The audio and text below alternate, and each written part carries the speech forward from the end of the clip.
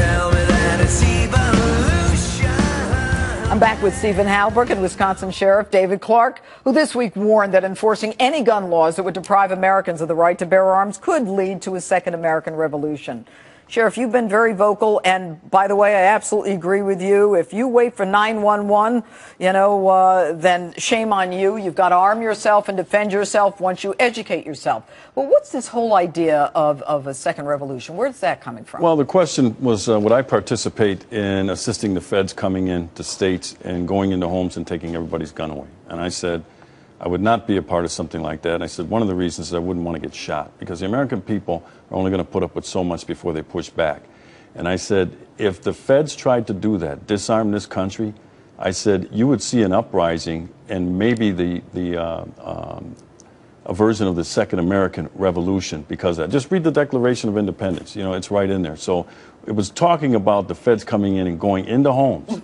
Forcing their way into homes and removing firearms. I mean, the thought is preposterous. But you know what? The thought of it is preposterous, and people are very concerned about it. I mean, this whole idea of identifying gun owners in newspapers and chipping away at these gun rights and getting a registry. I mean, this guy McCarthy, the chief of the third largest police department in the nation, who works for Rahm Emanuel, who's so connected to the White House, is saying, you know what, we should be able to put a chip in your gun. Are you crazy? You know, that's why the American people bristle at the thought of a national gun registry. And if the United States, the White House or anybody, would turn over the name of gun owners in the United States to a foreign nation, to me that would be an act of betrayal on the American people. If the Mexican government deserves anything, it's more facts surrounding, as you opened up with, Fast and Furious, where the United States of America funneled guns across the border into a sovereign nation, into the hands of drug lords, and now those guns are being used to kill Mexican citizens. They should be demanding more answers about that. I agree with you, and I think that they should be angry with this administration for sending those guns in and not telling them about it,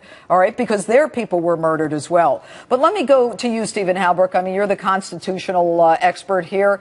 In Mexico, lawmakers are actually considering asking the United States to provide a registry of all gun owners in the border states, you know, California, New Mexico, Arizona, and Texas. Their reasoning is claiming that it'll make tracing guns used in violent crimes easier. Talk to me.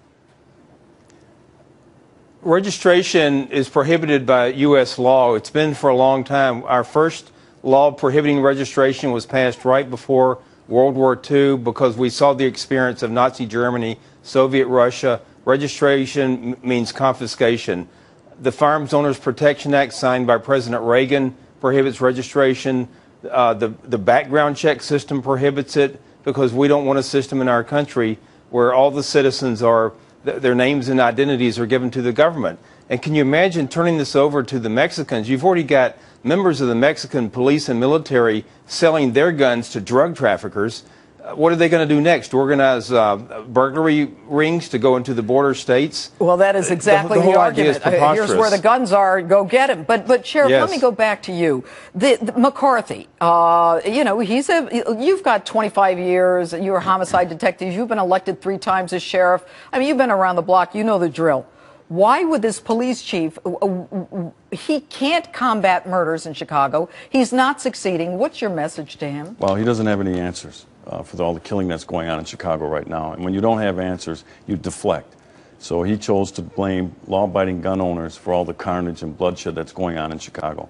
He needs to spend more time attacking criminal gang members instead of law-abiding gun owners. And he needs to give the people of Chicago a sense of confidence that he can get his arms around this thing. And right now, that does not exist. And as long as he goes on this tirade against law-abiding gun owners, we're going to continue to see the carnage that exists in the city of Chicago. And it's very sad. All right, Sheriff Clark and Stephen Halbrook, thanks so much for being with us this evening.